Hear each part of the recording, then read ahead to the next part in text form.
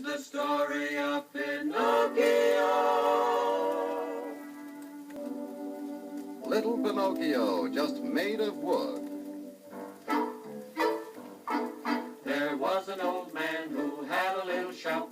All day long he'd chop, chop, chop. He made lots of toys and puppets out of wood, and so many things that were oh so good.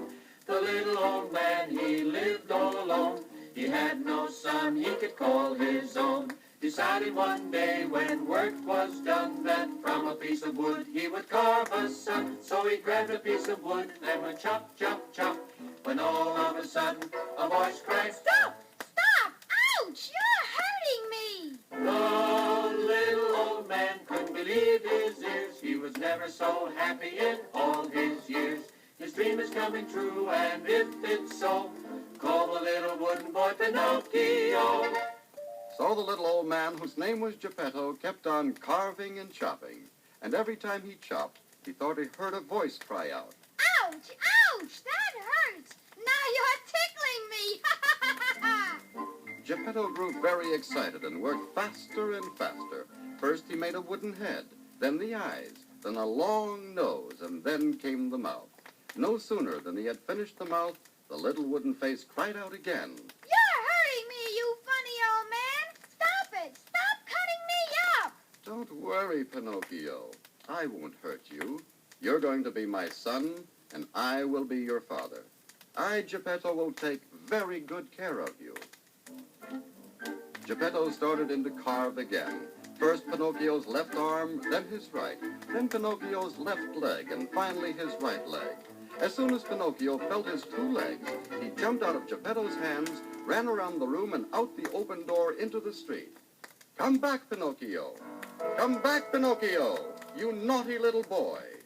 But Pinocchio paid no attention and kept running down the street singing, I'm a funny little boy that's made of wood. I'm carved from a limb of a hickory tree. I have a wooden head and a long, long nose. Everybody laughs when they look at me. He's made of wood from a hickory tree. He's got the longest nose that you ever did see. Pinocchio, Pinocchio, that's his name. He has no sense and he has no shame. Catch me if you can. I can run faster than anyone can. Poor old Geppetto ran after Pinocchio as fast as his old legs could carry him, but Pinocchio was too quick for him. At last Geppetto got tired of running and turned back to his house. He said to himself, oh well, Pinocchio will be back in a little while because he has no place to sleep. Hours passed, but still Pinocchio had not returned, and at last Geppetto fell fast asleep. Poor old Geppetto fell fast asleep.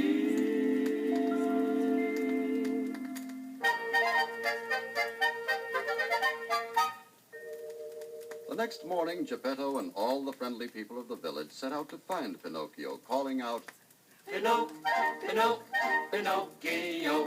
we'll find you if we have to go to Tokyo. Come out, wherever you are. Pinocchio. After hours of walking and searching, Geppetto came to the shore of a great big ocean, and there at last he spied Pinocchio. Catch me if you can. I can swim faster than anyone can. Pinocchio dived into the water and started to swim out to sea as fast as he could. Geppetto jumped into a rowboat and set out to catch his little wooden son. He was rowing his boat when suddenly a huge spray of water shot up right in front of him. Shh! And there, before his very eyes, was a great big whale. Geppetto became very frightened and cried out, Pinocchio! Pinocchio, help me! And then, with one big gulp, the whale swallowed Geppetto, boat and all. Silly old man! I knew he couldn't catch me. So Pinocchio swam back to shore and stood on the beach laughing. Suddenly, a good fairy appeared. You're a naughty little boy, and you ought to be ashamed. Geppetto is in trouble, and you're the one to blame. I am a bad boy, but I'll be good from now on. You'll see. Once more, Pinocchio dived into the water and swam to the spot where the whale was sleeping. Mr. Whale! Mr. Whale! Wake up! Wake up! The whale rolled around and looked at Pinocchio. "What do you want, little wooden boy?" Mr. Whale, please eat me up. "I'm not hungry. I just had my supper. Besides, I'm sleepy. Go away." And so when the whale opened his mouth to yawn, Pinocchio swam into his mouth and down into his belly. I've come to save you, Father. I'll get you out. Pinocchio picked up the driftwood from Geppetto's boat and then lit a match to it. "What are you doing?" cried Geppetto. I'm building a great big fire. Now watch what happens. And soon the smoke from Pinocchio's fire made the whale sneeze and snort. Then with one final great big sneeze, he opened his mouth and blew Pinocchio and Geppetto high into the sky. Over the water they sailed and landed safely on the beach. There stood the good fairy. You really are a good boy, Pinocchio, and you shall be rewarded. And then, with one stroke of her magic wand, Pinocchio turned into a real live boy. Oh, look at me. Oh, look at me. I'm a real live boy. Gee, I'm happy. Gosh, oh, gee. I'm a real live boy. He's a real live boy.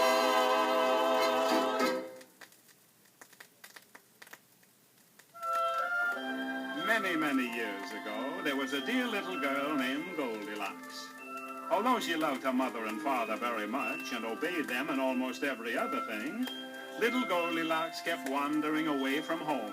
Her mother had said, Goldilocks, you must stay in the yard. Good little girls don't wander away from home. her father had taken her on his knee and warned her time and time again of the big bad animals that might chase her and frighten her to tears.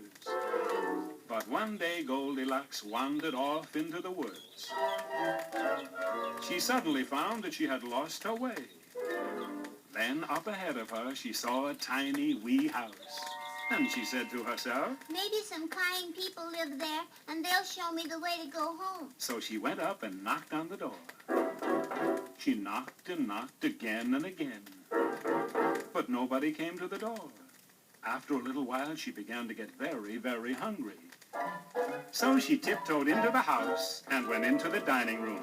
And there, what do you think she found? Oh, look!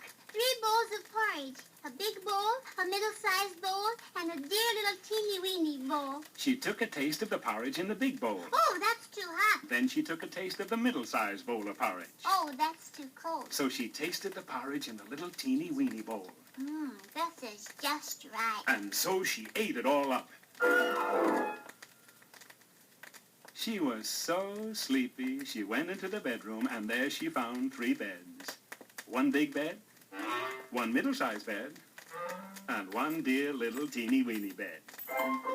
So Goldilocks climbed into the teeny-weeny bed and was soon fast asleep. But while she was sleeping, the people who lived in the little house came home. And what do you think? They were 3 bears. Papa Bear, Mama Bear, and little Baby Bear. And were they surprised to find someone had been eating their porridge? And the 3 bears said, someone has been eating my porridge. Someone has been eating my porridge, too. Oh, someone's been eating my porridge and ate it all up. So the 3 bears started looking around the house. Finally, they got to the bedroom, and they said, someone has been sleeping in my bed. Someone has been sleeping in my bed, too. Oh, somebody's been sleeping in my bed, and here she is. Their voices awakened Goldilocks. She jumped up out of bed and ran out of the house.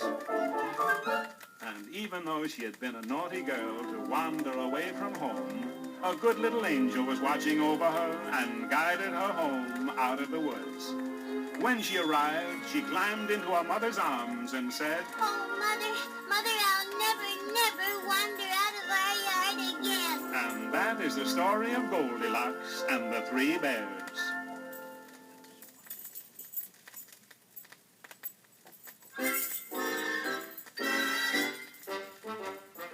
Up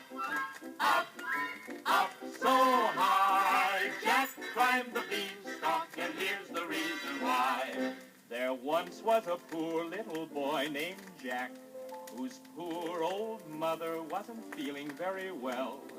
They had nothing left but a poor old cow, which they finally decided to sell. Well, Jack didn't act very smart, it seems, for he traded the cow for a handful of beans. When Jack got home, his mother was angry, so she threw the beans out the window. And Jack and his mother went to bed hungry. In the morning, Jack looked outside, and there was a huge beanstalk which had grown up overnight. Jack was very curious, so he started to climb. Up, up, up so high. Jack climbed the beanstalk way up to the sky. Up, up, up. When he got to the top, Jack found a giant's castle, and he heard a loud, rumbling voice. Wife, bring me my magic hen that lays golden eggs. After the hen had laid a few golden eggs, the giant dozed off to sleep. So Jack grabbed the hen and ran back to the beanstalk. Down, down, down to the ground. Jack came down the beanstalk and home safe and sound. Jack gave the hen to his mother and told her about the golden eggs. Now they didn't have to go hungry. But Jack was still curious about the giant. So again he started to climb. Up, up, up so high. Jack climbed the beanstalk way up to the sky. Up, up, up. Jack was hiding in the castle when he heard the giant shout. Wife, bring me my magic harp. The harp played beautiful music all by itself, and soon the giant was asleep. Jack grabbed the harp and started to run.